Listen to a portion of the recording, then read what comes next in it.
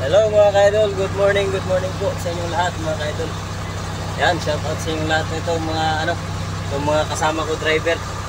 So, mga ka-idol ay ito pong DT truck mixer number DT14. 40? DT40 mga ka-idol, hindi pala ito truck mixer. Yun. So, bali ito mga ka-idol. Ang anong gusto nito? Katangan to kuan siya busina busing. Lagyan ito ng ano. So, gusto daw niya mga ka-idol na lagyan daw nito ng night pro din mga ka-idol. Ito mga ka-idol. Kasi sayang daw ito mga ka-idol, sayang hindi daw nagamit. So gusto niya gagamitin ito. Ikakabit niya dito sa unit mga ka-idol. Ayun.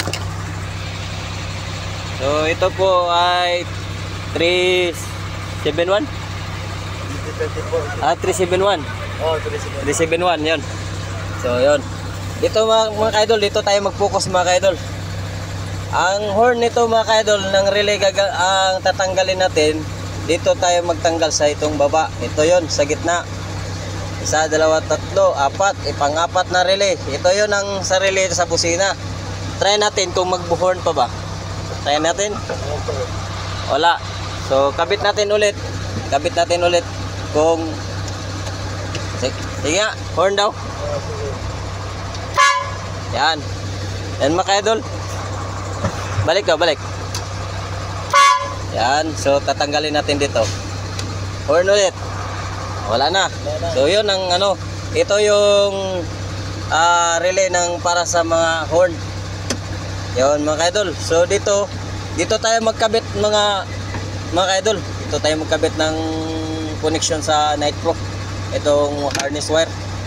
So wala ka nang dadagdagay ng mga pa yan ilagay dyan, mga relay, diode, at saka pa yung harness wire yan niya, chiburche, yung ganon. So yan. So pakihawak sa camera. Dito ka muna. Yan mga ka-idol. So tignan natin.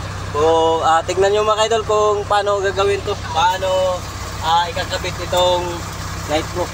Dito tayo mag-focus mga ka-idol sa Night Pro. Itong diagram na kasulat dito mga ka-idol, yan. Yung diagram na yan. Yung itong itim, ito yung ground, naging negative. Tapos itong yellow, ito yung positive. Nasa positive yan.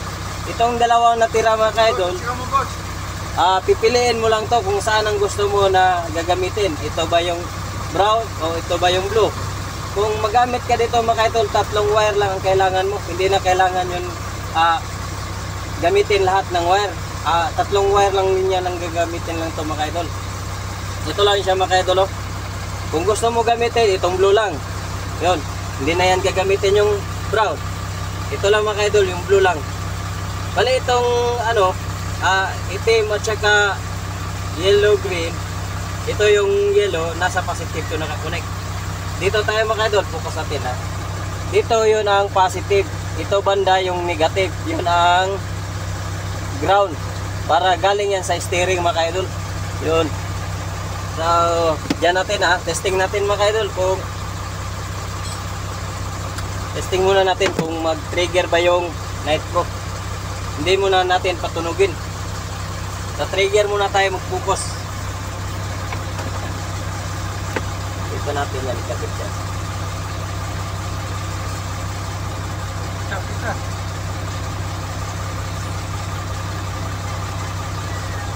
Sa mga lang to mga ka-idol, sa mga baguhan lang, kung walang alam nito, dito tayo matuto.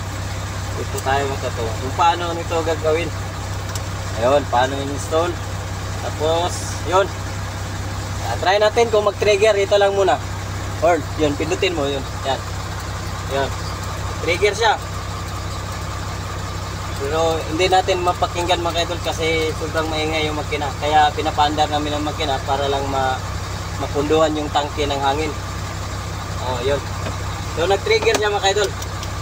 So ngayon, itong natira na itong dalawang wire na natira ay kakabit natin dito sa gitna mga ka-idol. Ayan, dito sa gitna yan ha. Kahit kung gusto, ito ba yung blue? Itong blue na wire o ito ba yung brown? kahit dyan, alin dito sa dalawang wire, basta kahit na palit-palitan mo yun, ito, tutunog pa rin yan. Ito yun. Sample natin ya. Ito yung ilagay natin sa gitna. Bali yung sa taas mga idol, wag na yan gamitin. Ito lang yung sa gitna. Yan. Yan po. So, testing natin. Testing muna. Steady lang, steady. Yan. So, ito na naman ang gagamitin natin. Itong blue. Yun pa rin, gagana pa rin yan. Basta isang wire lang gagamitin dito sa dalawa ha. Hindi pwede isabay itong dalawa. Yun. Ito lang. Ayan. Try natin ulit. Ayan. Parang ano to yung sira, yung isang linya na Steady at. sige, sige. So, bali ito mga kaidol siguro dati na to mga kaidol kinabit sa ibang unit. Sa motor ba to? Kinabit. So siguro mga kaidol yung sa loob ng ano nito relay na maliit dito mga kaidol, yung mini relay nito siguro nasira na. So hindi na to magamit yung isang linya. Bali isa na lang yung natira na lang mga kaidol. Yun, bali putulin natin to. Yung kung magbili ka nito mga kaidol ng bago, lahat yan gagana yan. Gagana talaga. Ito luma na to, galing to sa kabilang unit. Nagkabit-kabit nito. Ito, iwan ko kung sino nagkabit. Siguro may-ari nito. Ito mga kaidol. Ayaw, di ma. Ito may-ari. Kahit saan yung kinabit, basta may panchamba lang, okay na. Pero okay naman pala kaidol, at least may natutunan na siya dito. Paano ikabit. Ay ngayon, yan mga kaidol. So, ito lang gagamitin natin, yung brown. Kasi ito yung blue, bali nawala na yung contact nito. Nasira na. Ito na lang, yung brown na tira. So, pag masira na itong brown, wala na, tapo na yan. Ha? Bali, ganun na lang mga kaidol. Ganyan lang siya. Trigger ulit. Yan lang. Combination tayo. Eh.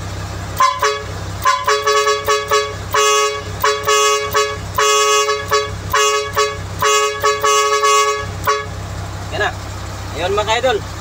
So ganyan tayo mag-trace kung saan ikakabit ang ano natin ha, yung mga harness wire, yung connection sa Nitro. Ganyan lang mga kaidol. So kung gusto nyo ibalik yung sa normal, gusto nyo to tatanggalin at ilipat na naman kung isang unit na naman ang gagamitin nyo, ito ibalik talaga to. Ganyan lang siya mga kaidol. Wala ka nang gagawin dito. Wala ka nang galawin dito sa mga wiring para hindi masira yung unit. Oh, yun. Dala-dala mo to.